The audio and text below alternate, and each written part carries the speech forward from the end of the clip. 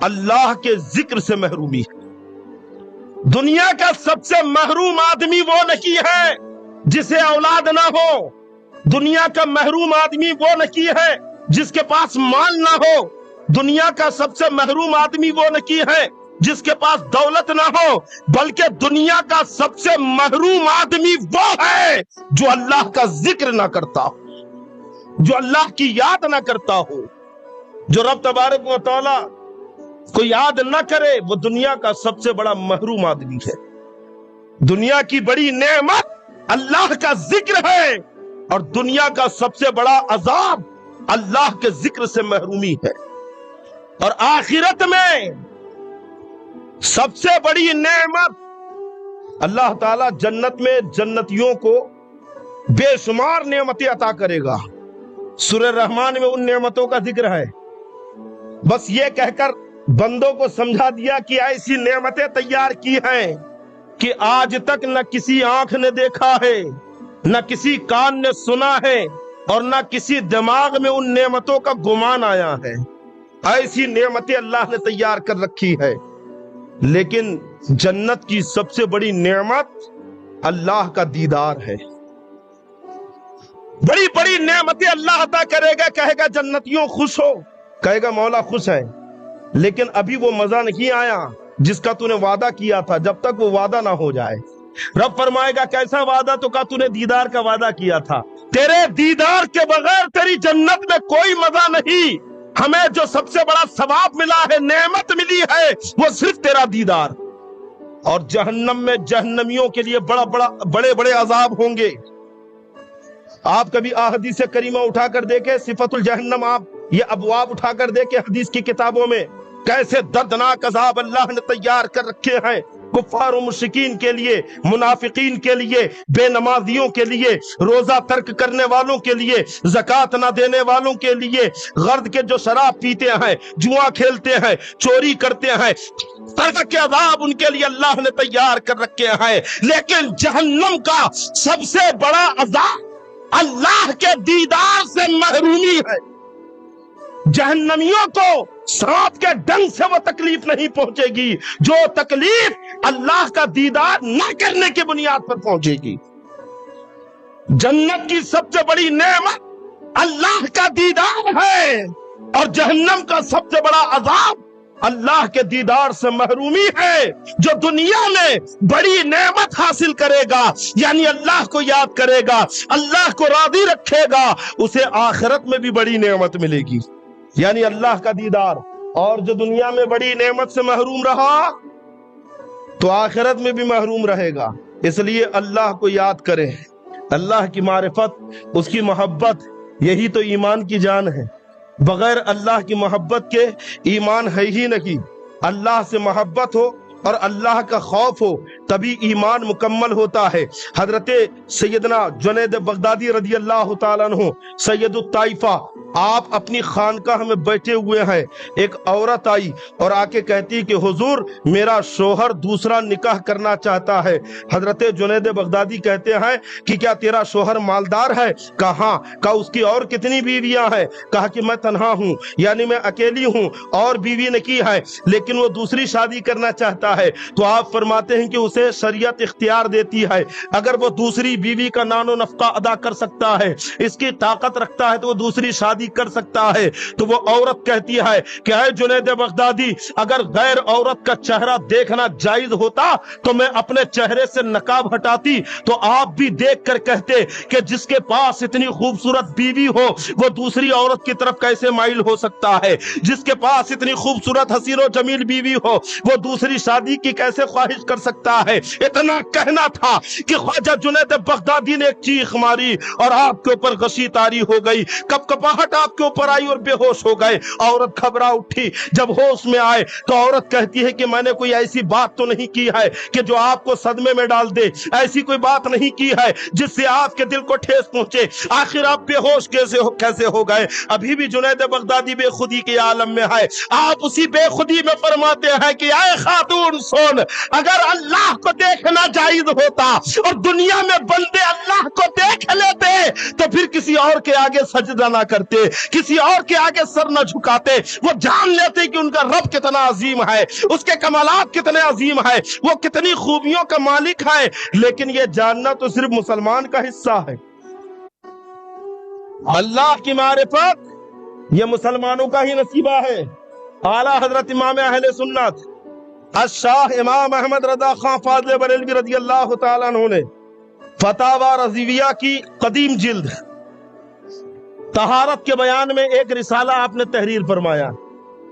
ایک رسالہ جب جمع کیا گیا فتاوی رضویہ کو تو کتاب الطہارت میں اسے رکھا گیا باب العقائد والکلام, یعنی علم کلام اور عقائد کے اوپر وہ رسالہ ہے.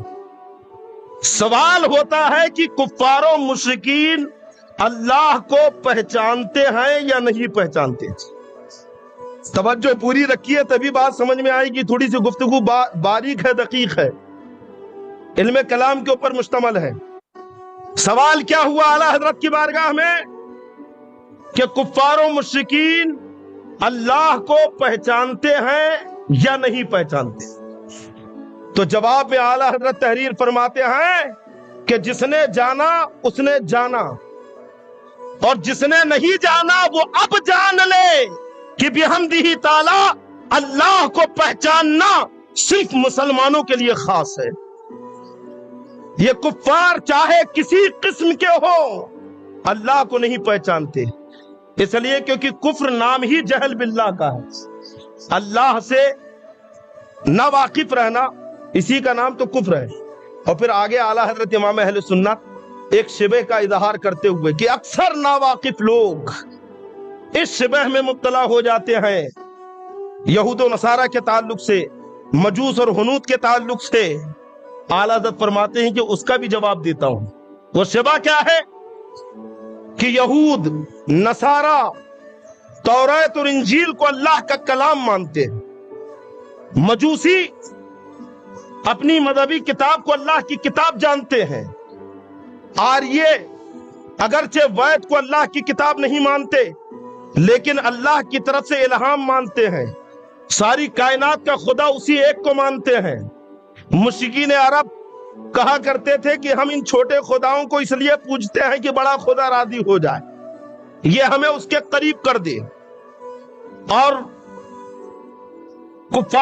کفار کی وہ جماعت جسے مرتدین کہتے ہیں, جیسے بدعقیدے بددین, یہ فلاسفہ, یہ خارجی, یہ رافضی, یہ وہابی, یہ دیوبندی, یہ چکرالوی, یہ نیچری, یہ بھی تو قرآن مانتے ہیں, قال اللہ وقال الرسول سے سند لے کر آتے ہیں, نماز پڑھتے ہیں, روزہ رکھتے ہیں. تو کیا ان لوگوں نے بھی خدا کو پہچان لیا؟ تو اعلیٰ حضرت جواب دیتے کہ ان میں سے کسی نے خدا کو نہیں پہچانا, ان میں سے کسی نے خدا کو نہیں جانا.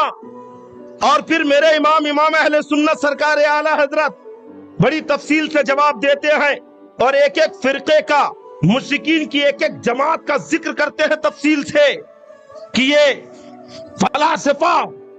فلاسفہ کے جھوٹے خدا. یہ آپ نے جگہ جگہ جہاں جہاں پہ ان کا ذکر کیا ہے تحریر فرمایا, یہ یہودیوں کے جھوٹے خدا, یہ نصرانیوں کے جھوٹے خدا, اور پھر ان کے عقائد اس کے تحت بیان فرمائے. اعلیٰ حضرت امام اہل سنت لکھتے ہیں کہ ایجابیہ اور سلبیہ میں ہے نا دونوں میں تضاد ہے, یہ دونوں متضاد ہیں. ایجاب کہتے ہیں کسی کے لیے کوئی چیز ثابت کرنا, اور سلب کہتے ہیں کسی کے لیے کوئی چیز کو نہ ماننا, دور کرنا. رب تبارک و تعالیٰ کے لیے تمام خوبیوں کو ماننا یہ ایجاب ہے, اور محالات کو رب تبارک و تعالیٰ سے برطرف کرنا, دور کرنا یہ سلب ہے. پھر اعلیٰ حضرت امام اہل سنت لکھتے ہیں کہ سلب کے ثبوت کی ہے نا 3 طریقے اس کے. مثلا کوئی کہے کہ زیب ہے نا, یعنی کہنے والا یہ کہے کہ انسان ہے ہی نہیں, انسان کے وجود کا انکار کرتے, انسان ہے ہی نہیں. یہ پہلا طریقہ ہے, کسی چیز کا سلب ثابت کرنا ہو, سلب ہے نا, تو انسان ہے ہی نہیں. دوسرا یہ کہ کوئی کہے کہ انسان تو ہے لیکن لوازمات انسان میں سے کسی بھی ایک چیز کا انکار کر دینا. مثلا کہے انسان ہے لیکن وہ حیوان نہیں ہے یا ناطق نہیں ہے. ناطق کہتے ہیں بولنے والے کو. انسان حیوان ناطق ہے. انسان بھی حیوان ہے. حیوان ہر جاندار کو کہتے ہیں. ہمارے اندر بھی جان ہے تو ہم حیوان ناطق ہیں.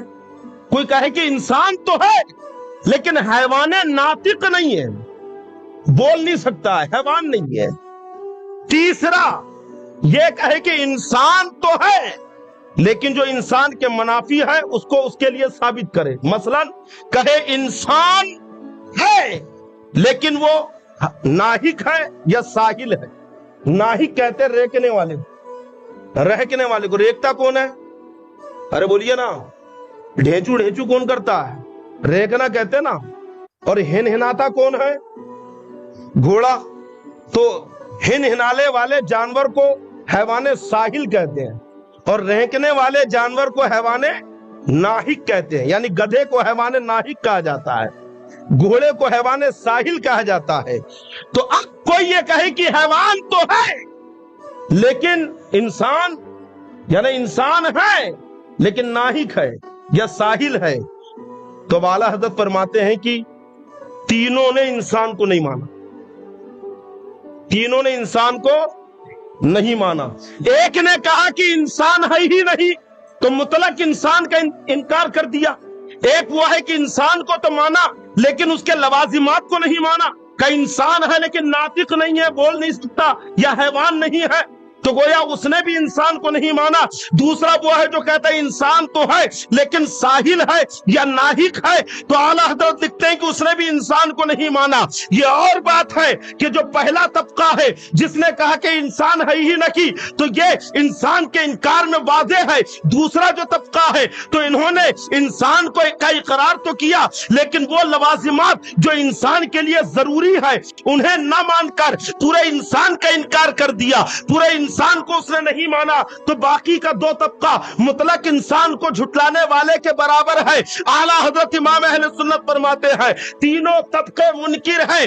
ایسے کی اب اگر ایک طبقہ ہے جو کہتا ہے کہ خدا ہے ہی نہیں, یہ دہریوں کا طبقہ ہے. یہ دہریے کہتے ہیں, یہ ناستک کہتے ہیں معاذ اللہ کہ خدا کا وجود ہی نہیں ہے. ایک طبقہ ہے جو کہتا ہے کہ اللہ تو ہے لیکن جھوٹ بول سکتا ہے.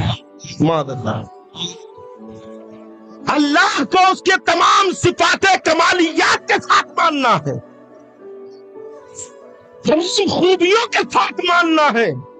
اگر خوبیوں کا انکار کرے گا یعنی کہے اللہ تو ہے لیکن رازق نہیں ہے, تو کیا اللہ کو مانا؟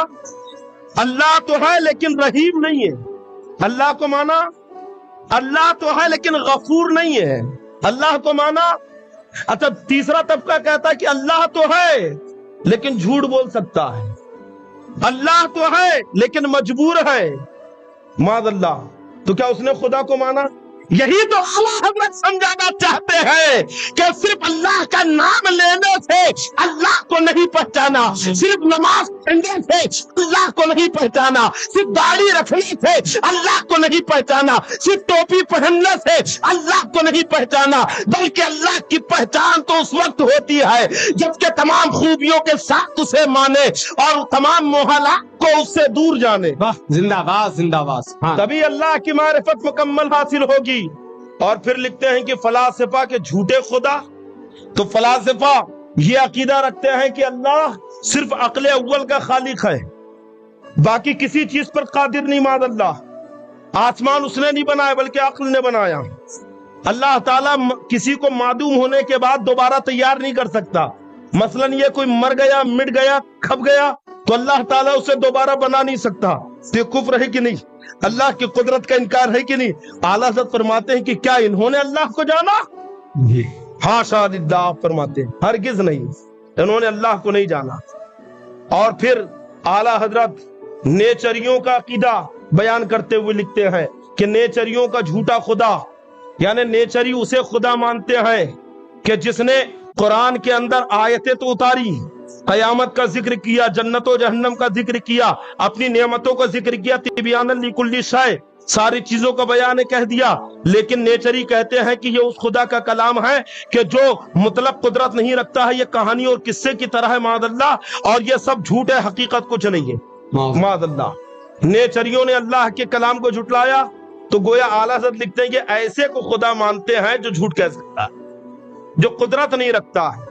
پھر آریوں کا ذکر کیا کہ آریے، ہنود، غیر، یہ ایسے کو خدا مانتے ہیں کہ جو ان کا ایشور ہے، جب اس کے ساتھ میں ہے نا وہ آیا تو دو چیزیں اور روح اور مادہ یہ خود ہی آ گئی۔ اور پھر انہوں نے ایسا عقیدہ گڑا کہ مارنے والا الگ، پیدا کرنے والا الگ، روزی دینے والا الگ، تو کیا انہوں نے اللہ کو پہچانا؟ جبکہ روزی کون دیتا ہے، مارے گا کون، قیامت میں اٹھائے گا کون؟ اللہ، تو انہوں نے اللہ کو نہیں پہچانا۔ پھر آپ لکھتے ہیں کہ یہ مجوسی، یہ تو شیطان کو بھی خدا مانتے ہیں، بلکہ خدا کا مقابل جو مجوسی ہے، پارسی ہے، آتش پرست ہے، یہ دو خدا مانتے ہیں، یزدان اور اہرمن۔ یزدان کو اچھائی کا خدا کہتے ہیں، اہرمن کو برائی کا خدا کہتے ہیں۔ تو کہتے ہیں کہ یزدان یہ اچھائی کا خدا ہے اور اہرمن یہ شیطان ہے، یہ برائی کا خدا ہے۔ اس نے لشکر لے کر یزدان کے اوپر حملہ کر دیا تو یزدان بھاگ کر جنت میں جا کے چھپ گیا اور 3000 سال تک چھپا رہا۔ یعنی اہرمن یعنی شیطان، برائی کا خدا، 3000 سال تک جنت کے باہر محاصرہ کر کے رہا۔ آخر میں کچھ نہیں ہوا تو فرشتے نے صلح کرائی، کہا کہ ٹھیک ہے، تو صلح اس بات پر ہوئی کہ شیطان نے کہا، اہرمن نے کہا کہ میں زمین پر 7000 سال رہوں گا، اس کے بعد یزدان کو حکومت ملے گی۔ تو گویا کہ ابھی سارے مجوسی، خیر کچھ نہیں ہے، کیونکہ خیر کا خدا ان کا تو قید ہے، ابھی شیطانیت ہے ان کے یہاں پہ، بھلائی کچھ نہیں۔ اعلیٰ حضرت فرماتے کیا انہوں نے خدا کو جانا؟ نہیں، انہوں نے بھی اللہ کو نہیں پہچانا۔ پھر فرماتے ہیں کہ یہ یہود جو عزیر علیہ السلام کو خدا کا بیٹا کہتے ہیں معاذ اللہ، خدا کے لیے اولاد انہوں نے بتایا، تو کیا انہوں نے خدا کو پہچانا؟ فرماتے نہیں۔ یہ نصرانی جو عیسیٰ علیہ السلام کو خدا کا بیٹا کہتے ہیں، حضرت مریم کو خدا کی بیوی کہتے ہیں معاذ اللہ، اللہ کے لیے بیوی اور اولاد ثابت کر رکھے ہیں، تو کیا انہوں نے اللہ کو پہچانا؟